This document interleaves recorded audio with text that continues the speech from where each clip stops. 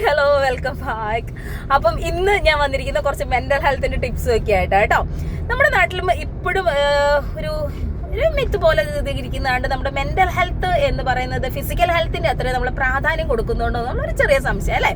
പക്ഷെ എനിക്കിന്ന് പറയാനുള്ളത് നമ്മുടെ ഫിസിക്കൽ ഹെൽത്തിനേക്കാൾ കൂടുതൽ ഒരു വർഷം നമുക്ക് പ്രാധാന്യം കൊടുക്കേണ്ടതാണ് മെന്റൽ ഹെൽത്ത്.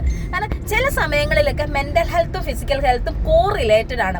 ഇപ്പോൾ നമ്മൾ റിപ്പീറ്റഡ് ആയിട്ട് ഹെഡേക്ക് ഉള്ളവർ അല്ലെങ്കിൽ ഒത്തിരി ആങ്സൈറ്റി ഒക്കെ ഉണ്ടെങ്കിൽ നമുക്ക് പല രോഗങ്ങൾ വരും.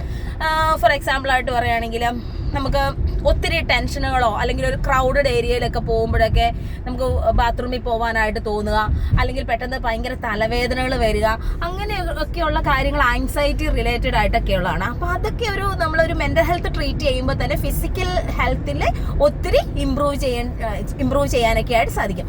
അപ്പം മെൻ്റൽ ഹെൽത്തിനായിട്ട് ഇന്നത്തെ ടിപ്സ് എന്ന് പറയുന്നത് നമുക്ക് എപ്പോഴും സ്റ്റേ പോസിറ്റീവ് ആയിട്ട് ആയിരിക്കാനായിട്ട് എപ്പോഴും സാധിക്കത്തില്ല.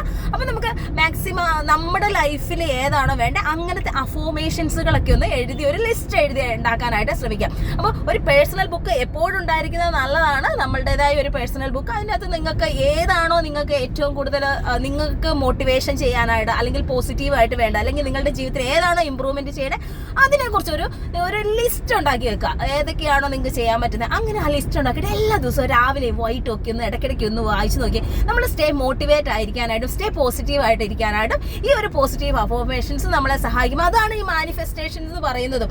അത് കഴിഞ്ഞിട്ട് അതിനെക്കുറിച്ച് അങ്ങ് ഡ്രീം ചെയ്യുമ്പോൾ നമ്മുടെ ജീവിതത്തിൽ അതൊക്കെ ഓട്ടോമാറ്റിക്കലി നടന്നു വരുന്നതായിട്ട് കാണാനായിട്ട് സാധിക്കും.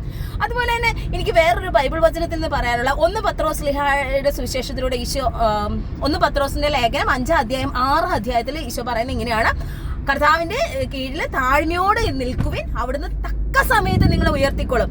അതുപോലെ നിങ്ങളുടെ ഉത്കണ്ഠകളെല്ലാം അവിടെ കർത്താവിനെ ഏൽപ്പിക്കുവാനാണ്.